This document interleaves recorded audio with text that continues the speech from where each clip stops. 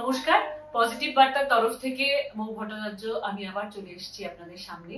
আপনাদের জন্য রয়েছে পজিটিভ বার্তার তরফ থেকে অনেক শুভেচ্ছা এবং ভালোবাসা। আজকে আবার আমরা একটা নতুন এপিসোড নিয়ে আপনাদের সামনে বিকাশটকে উপস্থিত হয়েছি।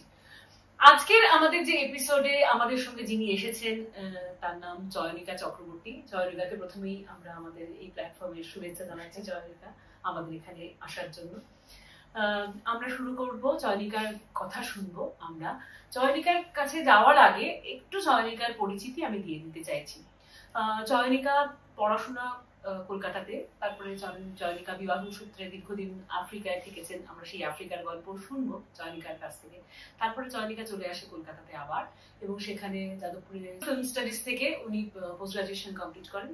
এবং তারপরে চয়নিকা যেহেতু ছোট্টবেলা থেকে লেখালেখির সঙ্গে ভীষণভাবে নিজেই যুক্ত ছিলেন, নিজের ইচ্ছে সেই লেখালেখির জায়গাটাকে বড় করে আরো বড় ভাবনায় নিয়ে আসার জন্য চয়নিকা একটি পাবলিকেশন হাউস চালু করেন কলকাতায়। সেই পাবলিকেশন হাউসটির নাম বৈচিত্র্য।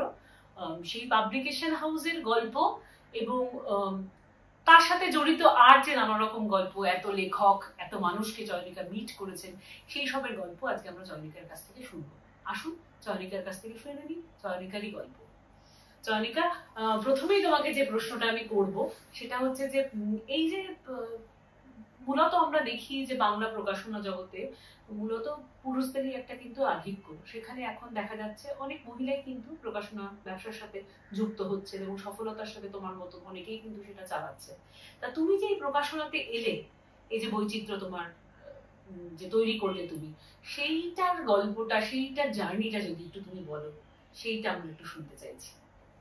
প্রথমে এবং তোমাকে আমি একটা জিনিস বলি যে যে কোনো একজন কেউ সামনে আসে তার পেছনে অনেকে থাকে। তেমনি আমরা মহিলারা অনেক ক্ষেত্রে না, অনেক ক্ষেত্রে তো একেবারে বাস্তবটা অনেক করা হয়, কিন্তু আমি যে সামনে এসেছি আমার পেছনে অনেক পুরুষের সাহায্য আছে। তার মধ্যে একজন হচ্ছে আমার জীবনসঙ্গী অমিতাভ চক্রবর্তী। তো আমার এই পাবলিকেশনে আসা একটা মজার ব্যাপার। পাবলিকেশন খায় না মাথায় দেয় আমি কিছু জানতাম না। আমি জানি একটা বই আসে, কিভাবে আসে আমি জানি না, একটা দোকানে পাওয়া যায় এবং সেটা কিনতে হয়, কিনে পড়তে হয়, বা কেউ গিফট দেয়, উপহার দেয়। তো আমি যখন পাবলিকেশনে এলাম, আমি ওর অমিতাভের কাছ থেকে পাবলিকেশন নিয়ে কাজ করা শুনতাম। আর সেই সময় আমার আরো কিছু বন্ধু বান্ধব পাবলিকেশনের সঙ্গে জড়িত ছিল, তো তাদের সঙ্গেও আলোচনা করতাম। মানে আমি করতাম না, তা আমি শুনতাম তারা আলোচনা করতেন। তার আগে যেটা হয়, আমি 2002 সালে আমি দক্ষিণ আফ্রিকা থেকে 6 বছরের পরে আমি ফিরে আসি।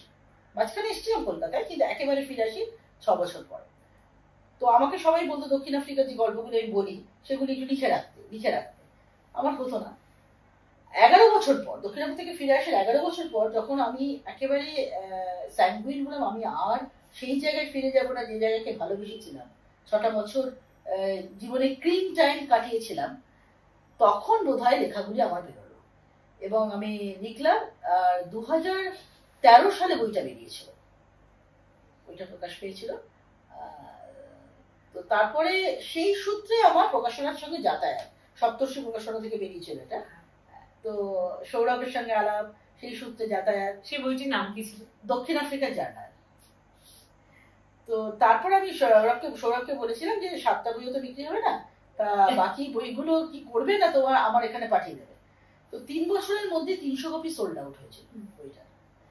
তো প্রকাশক ভীষণ খুশি, কেন যেদিন রিলিজ হয় সেদিন 29 কপি সোল্ড আউট হয়েছিল, প্রকাশ পেয়েছিল। তো সেই হচ্ছে আমার প্রকাশনার সঙ্গে মানে দেখা, যে একটা জায়গা যেখানে একটা বই তৈরি হয়। হ্যাঁ, তো তারপর আমি যে এর মধ্যে ঢুকবো সেটা হচ্ছে 2016 সালে। 2015 সালের ডিসেম্বর মাসে আমরা এটা রেজিস্ট্রেশন পাই। হ্যাঁ, তারপরে 2016 থেকে আমাদের কাজ শুরু হয়, কিন্তু মানসিকভাবে কাজটা শুরু হয়েছিল আরো আগে থেকে। যে বইটাকে নিয়ে শুরু হয়েছিল তার নাম আজব দেশে অ্যালিস। ততদিনে অ্যালিসের 150 বছর পূর্তি হয়ে গেছে। সেই উপলক্ষে বাংলায় কোনো কাজ হয়নি, মানে পত্রিকাতে হয়তো বেরিয়েছে, বই হিসেবে কোনো কাজ হয়নি। তা আমরা ওদের পারমিশন নিলাম, লুই ক্যারল সোসাইটির পারমিশন নিলাম নর্থ ক্যারোলিনাতে। আর এই সমস্ত কাজে যে আমাদের ভীষণ সাহায্য করেছিল, যার কথা না বললে খুব খারাপ হবে, তিনি হচ্ছেন সৌম্য। সৌম্য একটা মানে কঠিন একটা থাম হয়ে আমাদেরকে আগলে ধরেছিল এই বইটা করতে গিয়ে। তো ব্যাস ওই বইটা নিয়ে কাজ শুরু হয়, তারপরে আস্তে আস্তে আমাদের প্রকাশনা জগতে অনেক আস্তে আস্তে বইগুলো আসে আর কি। তবে প্রথম থেকেই খেয়াল ছিল যে অনেক বই করবো না। এমন বই এখনো আছে যে বইটা হয়তো 5,000 কপি একবারে বিক্রি হবে না, কিন্তু একটা সময় সেটা 50,000-ও ছাড়াতে পারে। তখন হয়তো আমরা পৃথিবীতে হয়তো থাকবো না, কিন্তু ছড়াতে পারে যদি ওটাকে এখন যদি আমরা না বের করি ওটা চেপে দেওয়া হবে। তো এরকম কিছু রিসার্চ ওয়ার্কের উপর আমরা ভরসা করে বৈচিত্র্যকে এগিয়ে নেওয়ার কথা ভাবলাম। তোমরা যে বিভিন্ন ধরনের বইয়ের ভাবনা তোমাদের মাথায় থাকে, সেগুলো কি কখনো মানে তুমি সেগুলো বাছো কি করে, যে কি কি মানে তোমার মাথায় সেগুলো থিমেটিক্যালি কাজ করে না কিভাবে তুমি সেগুলোকে বাছো? দেখো, ছোটদের বই বাঁচতে গেলে আমি নিজে ছোট হয়ে যাই। ঠিক ওই বয়সে থাকলে আমার যে বই ভালো লাগতো আর এখনকার দিনে যা যা পেয়েছি সেই অনুপাতে তার মধ্যে একটা সামঞ্জস্য বিধান করে বইটা মনে হয় যে হ্যাঁ এই বইটা বাচ্চারা নেবে। আর মানে আমার একটাই তত্ত্ব থাকে যে বাচ্চাদের সামনে যদি আমি ঠিক জিনিসটা দিই, বাচ্চা কেন যে কোনো পাঠকের সামনে তা তুলবে। যেমন হ্যারি পটার আমাদের দেশের লোক নয়, যেটা আমি বারবার বলে থাকি অনেক ইয়েতে বাচ্চাদের বিভাগে, যে কিন্তু আমরা হ্যারি পটার আমাদের হৃদয়ের অনেক কাছে। তার কারণ কি, কোথাও একটা ইউনিভার্সাল একটা কিছু টান আছে। তো আমরা হরিপদ্দাকে কেন তুলবো না, যে আমাদের পাশের বাড়ির লোক। তো এই টানটাকে বুঝতে হবে, তার জন্য একটা রিসার্চ ওয়ার্ক থাকে। সেটা ধরো দীর্ঘ বই পড়া, প্রচুর বই পড়া, দেশ বিদেশের বই পড়া। তা এইটার ক্রেডিটটাও আমি অমিতাভকে দেবো। হ্যাঁ, আমার কিছুটা অল্প বিস্তর আছে, কিন্তু এই জায়গাটা একদম আমাদের একটা রিসার্চ ওয়ার্কের একটা জায়গা আছে। এবং আমরা শুধু একা নয়, ওটা পড়ার পর আমরা কিছু বিদগ্ধ জনকে দিয়েও আমরা এটাকে তাদের মতামত নিই, এবং বাচ্চাদের ক্ষেত্রে বাচ্চাদের মতামত নিই। যেমন আমাদের একটা কবিতার বই আসতে চলেছে, লীলাবতী। কবিতার বইটা লীলাবতীর জীবন সংসার এরকম কিছু নাম হবে। একটি ছোট্ট কুকুর, বিউগল, এইটা আসার আগে লীলাবতীর কবি যিনি, তিনি হচ্ছেন মালা সেন। তিনি আমরা বাচ্চাদের কাছে এই চরিত্রটা নিয়ে অনেক আগে এসে গেছি, এবং চরিত্রটার সম্বন্ধে কিচ্ছু বলিনি। এটা মানুষ না কে, কুকুর বেড়াল ছাগল, কিচ্ছু বলিনি। এটা নিয়ে দুটো ওয়ার্কশপ হয়েছে হালুম ক্লাব বলে, আমাদের হালুম ক্লাবে এটা আলোচনা হয়েছে। হালুম ক্লাবে তাত্ত্বিক হিসেবে বাচ্চাদেরকে আনা হয়, 4 থেকে 14, যারা বই ছুঁড়ে ফেলে দিয়ে বলবে এই বইটা পচা, এই বইটা পড়তে পারবো না, কিন্তু একটাই শর্ত খেলার, এই কারণটা বলতে হবে। আর একসাথে 12 জনের বেশি নিই না। আমি তোমার এই হালুম ক্লাবের বিষয়টা একটু পরে আসছি। হ্যাঁ, আমি প্রথমে আরেকটা বিষয়ে যেহেতু প্রসঙ্গটা এলো, এই দক্ষিণ আফ্রিকার জার্নালটা নিয়ে তুমি যদি একটু বলো। সেখানে নিশ্চয়ই তুমি সব ইন্টারেস্টিং তোমার দক্ষিণ আফ্রিকায় থাকার গল্প সেগুলো নিশ্চয়ই এসেছে। একদম একদম, মানে বারবার মনে হয়েছে ফিরে যাওয়ার কথা। তখন সুনীল গাঙ্গুলির একটা উপন্যাসে পড়েছিলাম যে ফিরে যাওয়াটা বড় দুঃখের। যে জায়গা ছেড়ে চলে এসেছো, সুখ স্মৃতি বা সুখ দুঃখ মিলিয়ে একটা গভীর স্মৃতি আছে, সেই জায়গায় ফিরে যেতে গেলে সেই জায়গাটা সেভাবে পাবে না, তাই জন্য সেটা অনেক ধাক্কা দেবে।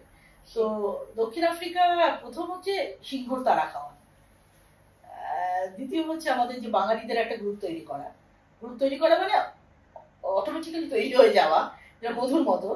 মধু হচ্ছে এখানে মৌমাছিরা আসবেই, আমাদের আড্ডা যেখানেই জমবে বাঙালিরা আসবেই, মাছ যেখানেই থাকে বাঙালিরা আসবে। এই মাছেরও একটা মজার গল্প আছে, ওই জন্য মাছটা বললাম আমি। এবার আমরা যখন গেছি সেইটা খুব ইম্পর্টেন্ট জায়গা। আমরা গেছি যখন, তখন 1994 সালে, ততদিনে প্রথম কৃষ্ণাঙ্গ প্রেসিডেন্ট হলো দক্ষিণ আফ্রিকার রুখে নেলসন ম্যান্ডেলা। আমি যখন গেছি 1996 সালে, 2 বছর হয়েছে। ক্রিম টাইমটা দেখেছি যখন, মানে ক্রিম বলা যায় না, এটাকে বলা যায় খুব মূল্যবান টাইম, যখন দক্ষিণ আফ্রিকা উঠছে এবং ম্যান্ডেলার নেতৃত্বে ম্যান্ডেলাকে ভালোবাসাটা, মানে আমার কাজের মেয়ে বলছে আজ তো মাতিবার মিটিং আছে, ওখান থেকে যাবো না। মাতিবাটা এমন করে বললো যেন ওর কোনো আত্মীয়। তারপর শুনে আমি মাতিবা বা মাদিবা, ইনি হচ্ছে নেলসন ম্যান্ডেলা। হ্যাঁ, তো সেই সময়টা খুব ইম্পর্টেন্ট ছিল। তাই জন্য আমরা যে কজন বাঙালি গেছিলাম জোহানেসবার্গে, তারা খুব একসঙ্গে মিলে থাকতাম। ধরো খুব কম করে 10-15টা ঘর। তার সঙ্গে আমাদের সঙ্গে কানেক্টেড ছিলেন পিটারমারিজবার্গের একজন, ছিলেন ইস্ট লন্ডনের একজন, কেপ টাউনের, ডারবানের। তারা কেউই তখন গড়ে উঠতে পারেনি ব্যাপারটা। দক্ষিণ আফ্রিকার জোহানেসবার্গে তখন গড়ে উঠেছিল বাঙালি সংগঠন 1996 সালে। অ্যাকচুয়ালি গড়ে উঠেছিল 1994 সালে, কিন্তু এটা আমাদের হাতে যখন এলো 1996 সাল, এবং আমাদের যে একটা ম্যাগাজিনও বেরোলো, ওটার নাম দেবারতী। আচ্ছা। এবং আমাদের যে সংগঠন, তার নাম কি দেওয়া হবে, তার নাম হলো বাসা, Bengali association of south Africa, যেটা এখনো চলছে। এখনো এই বাসার সাথে আমরা কানেক্টেড।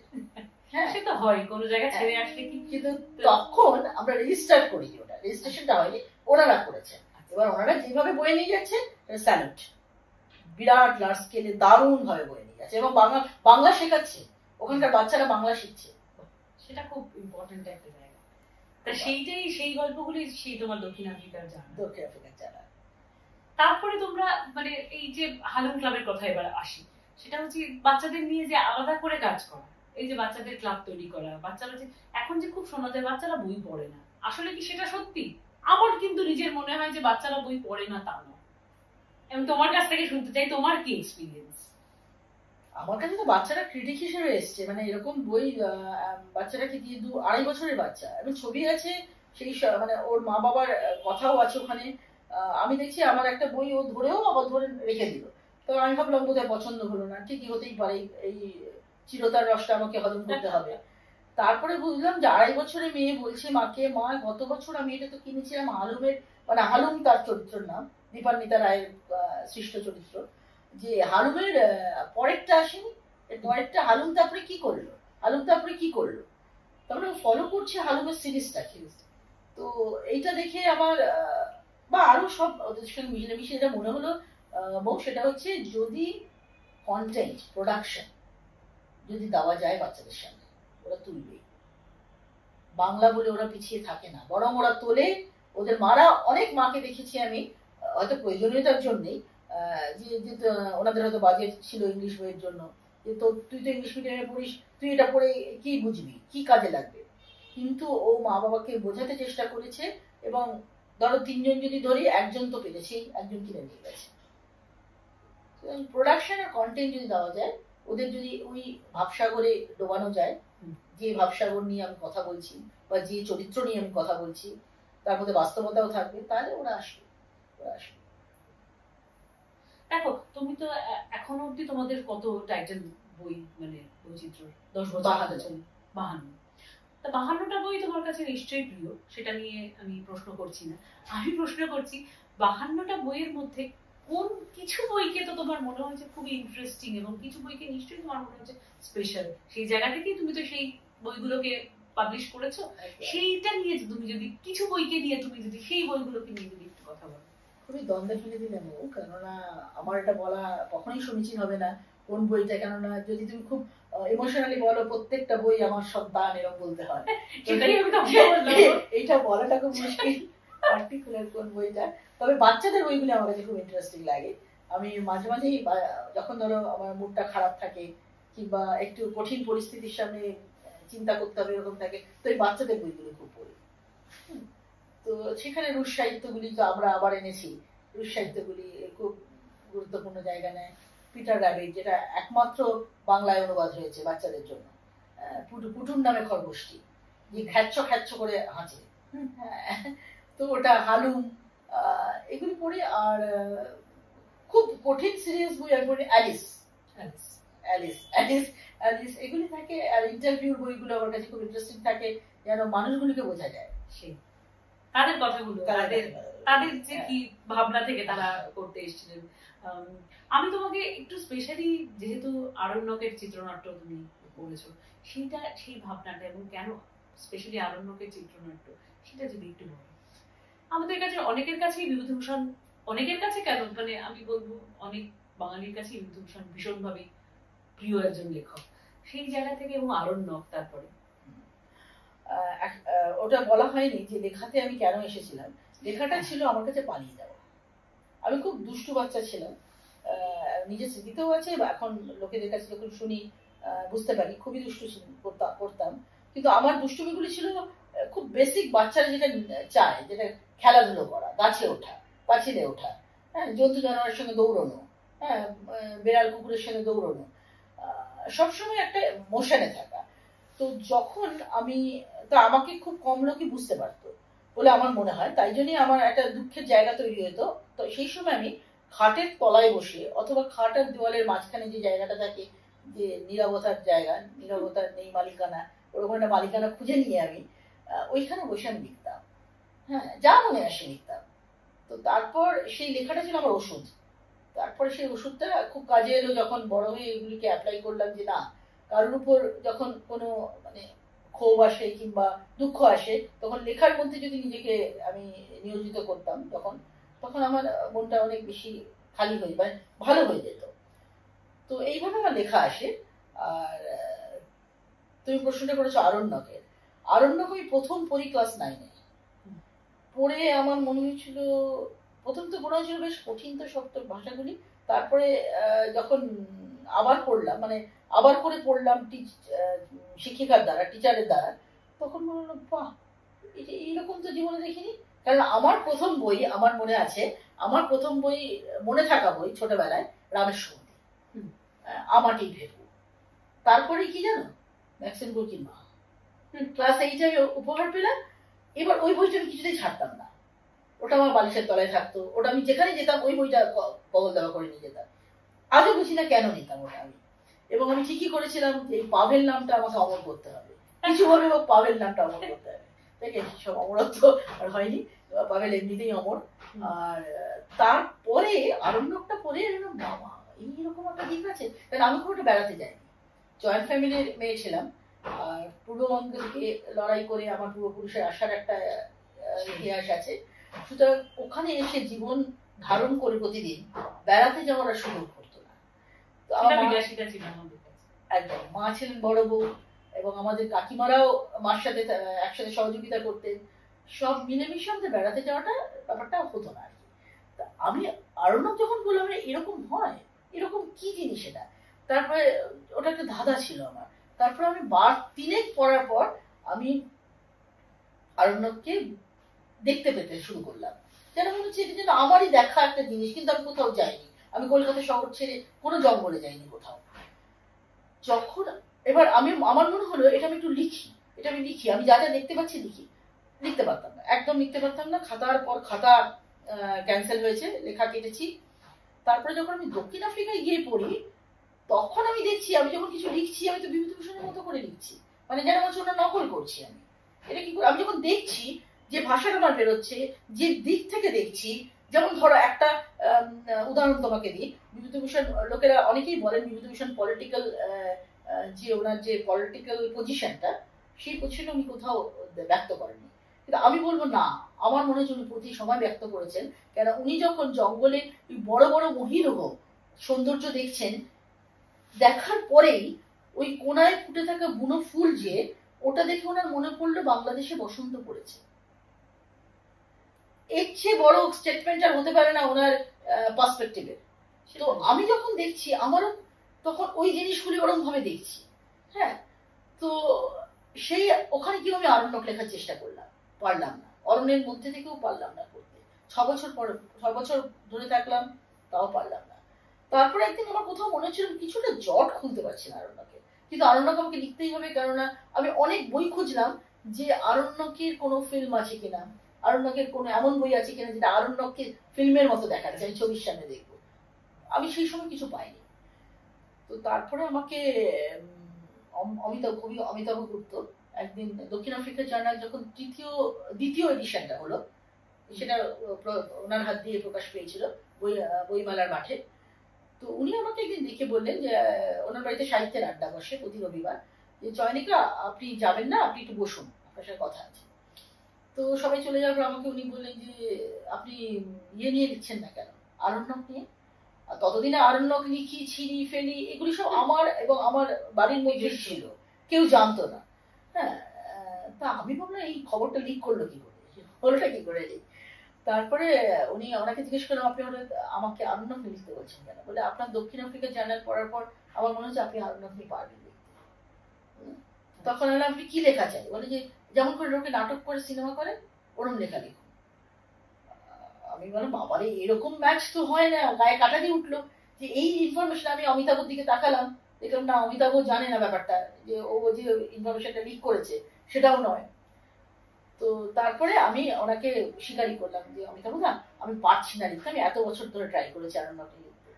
তখন আমাকে বললেন কেন পারছেন না, কেন অমিতাভদের সিনেমা নিয়ে আবার টেকনিক্যাল ওই নলেজটা নেই। হ্যাঁ, তো উনি আমাকে তখন বলেন আমি আপনাকে কিছু কিছু বই পড়তে বলবো, আপনি বই পড়ুন। এবার শুরু হলো গুরুর পথ দেখানো। উনি আমাকে ঠিক পার্টিকুলার কিছু কিছু বই সেই সময় পড়তে বললেন।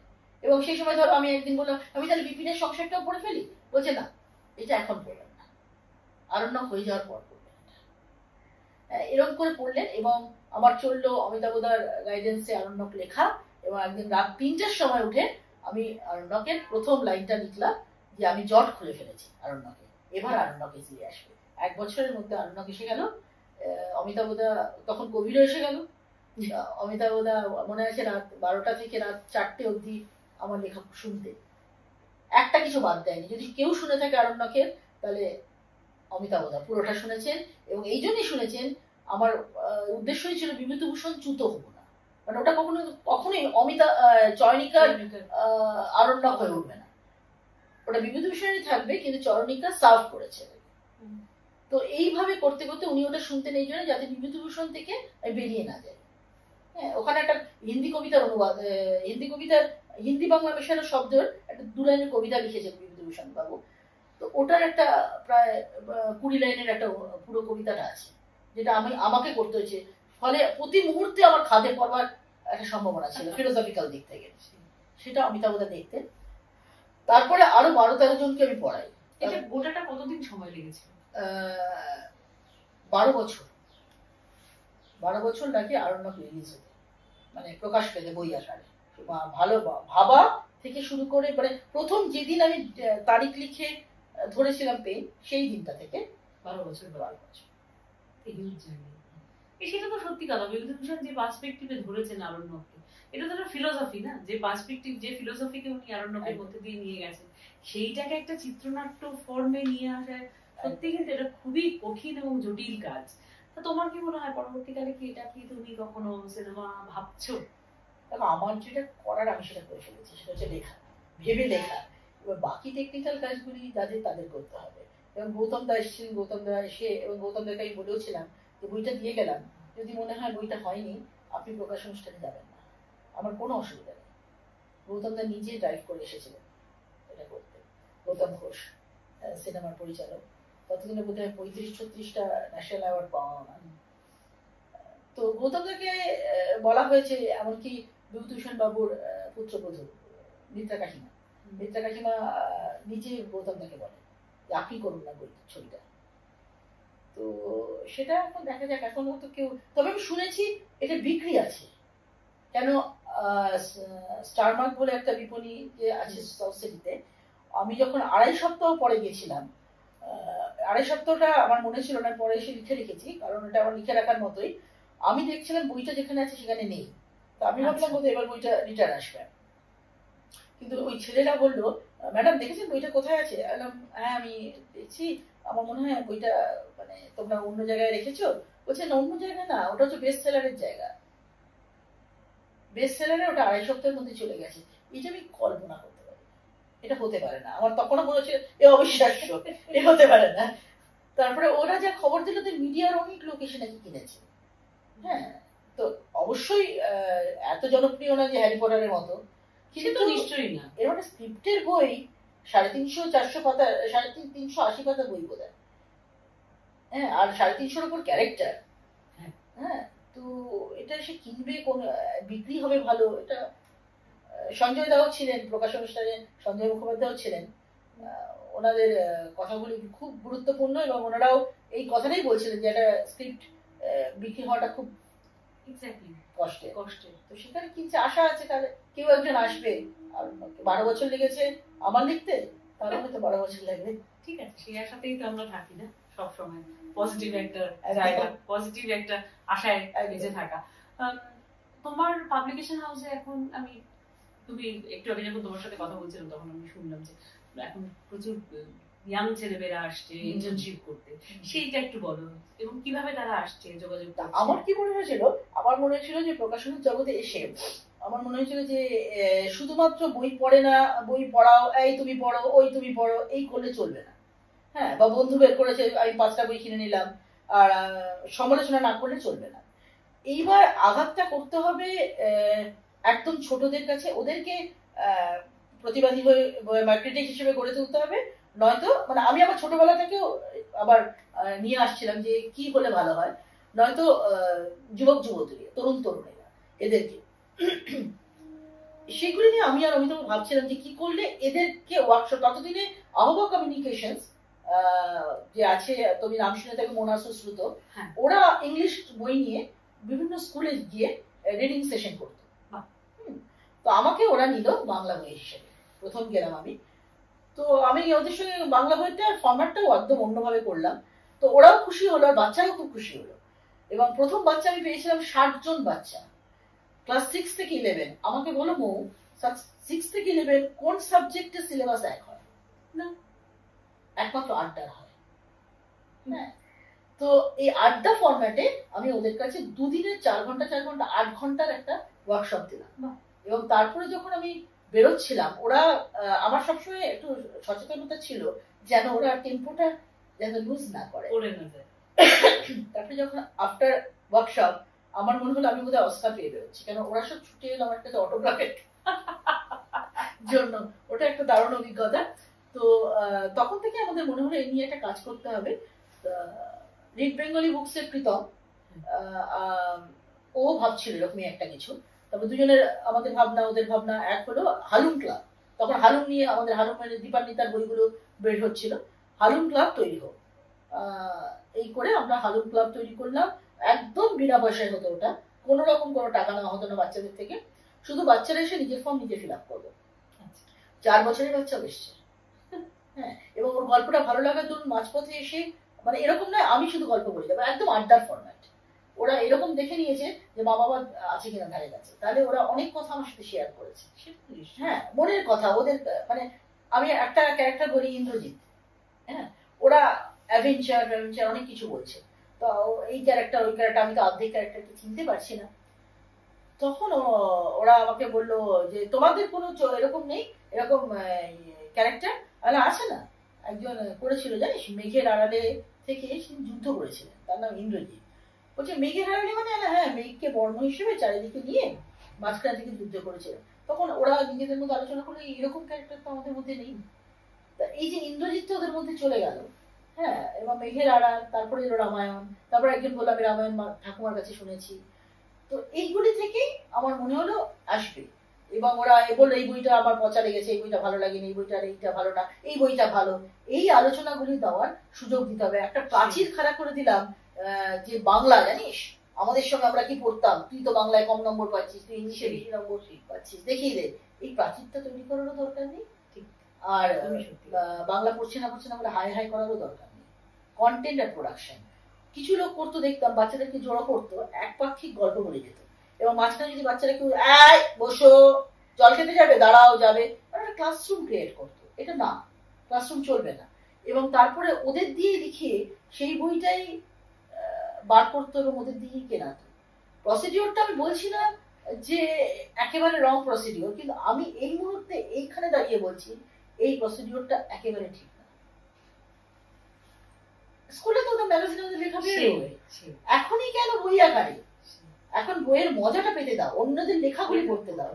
এখনই যদি প্রথম ছবি করলো বাঁধিয়ে রেখে দিলাম, কিন্তু হবে না, ওদের ইন্টারেস্টটাও চলে যায়। হ্যাঁ, কেন এভারেস্টের চূড়াইতে চলে ফেললো, আর কি দরকার পাহাড়ে চলার? ব্যাপারটা এরকম এসে যায় আর কি।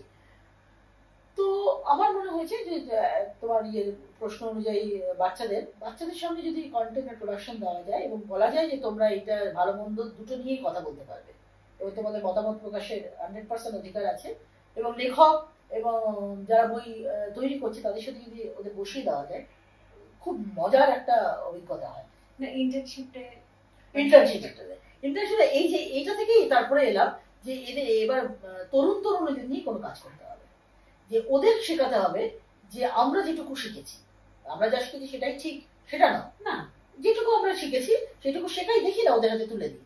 তো এমনি করে ভাবতে ভাবতে কোভিড এর সময় যোগমায়া দেবী কলেজের 3 জন স্টুডেন্ট তারা ইন্টার্নশিপের জন্য কোথাও জায়গা পাচ্ছিল না। তো আমরা দেখলাম আমাদের তো করাতে পারি, আমরা তখন ওটা করালাম, শুরু করলাম, এবং ক্যালকাটা ইউনিভার্সিটির যোগমায়া দেবী কলেজে ওটা অ্যাপ্রুভড হলো পাবলিকেশনের। এরপরে আরো ভাবছি যে এটা নিয়ে করবো, তখন আমাদের স্কুল কলেজগুলো আমাদের সঙ্গে যোগাযোগ করলো, নেতাজি নগর কলেজ, রানী বিড়লা কলেজ, এরা যোগাযোগ করলো। এবার এদের ছেলেমেয়েরা আসছে। না, এটা তো একটা খুব সুন্দর, মানে পরবর্তী প্রজন্ম তৈরি হচ্ছে আমাদের সে অর্থে, যে পাবলিকেশন হাউসে যদি কেউ আসতে চায় বা কাজ শেখা, মানে বই কিভাবে তৈরি হয়, বই তৈরির তো একটা প্রসিডিওর আছে, সেই বই তৈরির প্রসিডিওরটা শেখা এবং সাইন্টিফিক্যালি সেটা শেখা, সেটা কিন্তু খুব জরুরি বলে আমার মনে হয়। তোমার কি মনে হয় যে পাবলিকেশন হাউস তুমি যে চালাও, বই শেখা, মানে শেখারও তো একটা জরুরি দরকার আছে না? ভীষণ দরকার আছে বুক মেকিং। চয়নিকা, শেষ প্রশ্ন তোমাকে করব, যদি কেউ ধরো তোমাদের মতন এরকম পাবলিকেশন হাউসের কোনো ব্যবসায় আসতে চায়, আমি এটাকে ব্যবসায়ী বলবো নিশ্চয়ই, কারণ একটা মানুষ, সেটা তো একটা পজিটিভ দিক এটা, তাই না? সে বই বিক্রি করছে, বই তৈরি করছে এবং সেটা মানুষের মধ্যে ছড়িয়ে দিচ্ছে, সেটারও তো একটা প্রয়োজনীয়তা আছে। সেই রকম যদি কেউ আসতে চায়, তা তুমি তাদের উদ্দেশ্যে পরবর্তী প্রজন্মকে তুমি কি বলবে, সেটা যদি তুমি একটু বলো, সেই মেসেজটা তুমি কি দিতে চাইবে? এই যে ওয়ার্কশপ, এই যে ইন্টার্নশিপ গুলি হচ্ছে এগুলি ওদের করা উচিত, এবং বই নিয়ে পাঠক হয়ে, ক্রিটিক হয়ে তারপর লেখক হওয়া উচিত। হ্যাঁ, এটা হচ্ছে লেখকের দিক থেকে বললাম। কিন্তু ব্যবসার দিক থেকে বলতে গেলে আমি বিশ্বাস করি নতুন প্রজন্ম বা নতুন যুবক যুবতী, তরুণ তরুণীরা যদি না আসে, কোনো ব্যবসায়ী দীর্ঘদিন তার স্থায়িত্ব হয় না। তো ওদের আসতে হবে। আমাদের চেষ্টা ওটাই থাকছে যে ওই প্রফেশনাল রুটটা ওদের দেখানো। যদি ধরো একটা বই নিয়ে খুব কাটাছেড়া হয়, যে বইটা তৈরি করলো কেন, ওইটা লিখলো কেন, আমার মনে হয় তাহলে সবাই সচেতন হয়ে কাজকর্মগুলি করবো এবং আমরা খুব ক্লিন কাজটা দিতে পারবো, খুব ভালো কাজটা দিতে পারবো। এবং যখনই ভালো কাজ দেওয়া শুরু করবে, তখনই কম্পিটিশন হবে, হেলদি কম্পিটিশন। আর হেলদি কম্পিটিশন হওয়া মানেই তো একটা স্থির জলে জোয়ার আসা, সে তো নিশ্চয়। সুতরাং ওদের ওইভাবে আমাদের ভাবতে হবে। এখনো পর্যন্ত আমি তোমাকে এটা বলতে পারবো না 2 আর 2 4, এটা করলে এটা হবে, এটা করলে এটা হবে। আমি যেমন এখন কন্টেন্ট রাইটিং পাবলিশিং এর উপর বেস করে শেখাচ্ছি, ইন্টার্নশিপ হচ্ছে আমাদের 60 আওয়ার্স এর হচ্ছে। তো এখন দেখা যাক, ওরা দেখছি খুব ইন্টারেস্ট পাচ্ছে। আমি ওদের বারবার জিজ্ঞেস করি, ওদের ফিডব্যাক নিই যে তোমরা কোনো ইন্টারেস্ট পাচ্ছ কিনা। ইন্টারেস্ট পাচ্ছে, ওরা বুঝতে পারছে। তো এবার ওটা কাজে লাগাতে পারলে, অর্থনীতির দিকটা দেখতে পারলে সুবিধা। আর তুমি যে ব্যবসার কথাটা বললে না, এটা আমার আর একটু বলা ইচ্ছে করছে। এটা হচ্ছে, আমরা অনেক সময় না বইটা ভাবতাম যে বই তো বিনা পয়সায়। হ্যাঁ, বইটা প্রথম কথা যে বিনা পয়সায় দিলে বই পড়ে না কেউ। আর দ্বিতীয় কথা হচ্ছে, একটা বই যখনই বিনা পয়সায় গেল, শুধু বিনা পয়সায় গেল আর কি, তাহলে যেটা হয়, ওই বইয়ের সঙ্গে জড়িত যে শ্রমিকেরা থাকে, তাদেরও কাজে কিন্তু আঘাত পড়ে। হ্যাঁ, কেন ওই যে দড়ি বাঁধছে, যে ধরো হাতে আঠা লাগাচ্ছে, সে কিন্তু ওই কাজটাই করে। এবার তারা খেতে পেলো না, তারা পেলো না বলে আমরা কান্নাকাটি করে বছরে একবার বা 10 বছরে একবার তাদের জন্য ডোনেশন তুললাম, তাদের জন্য স্পন্সর করলাম, এটা করে কোনো লাভ নেই। বরং কাজ দিতে হবে, সাস্টেন করতে হবে তার জায়গাটাকে। তাই আমি আমার আমাকে আমার মা বাবাকেও আমি বই বিক্রি করি। আমি বন্ধু বান্ধবকে বলি, আমি আমার বাড়িতে এলে আমি বিরিয়ানি মাংস খাওয়াবো, আমার যা ক্ষমতা আছে, কিন্তু আমি বই বিনা পয়সা নেবো না। বইটা তোমার, আর সেটা তো একটা পরিশ্রমের ফল।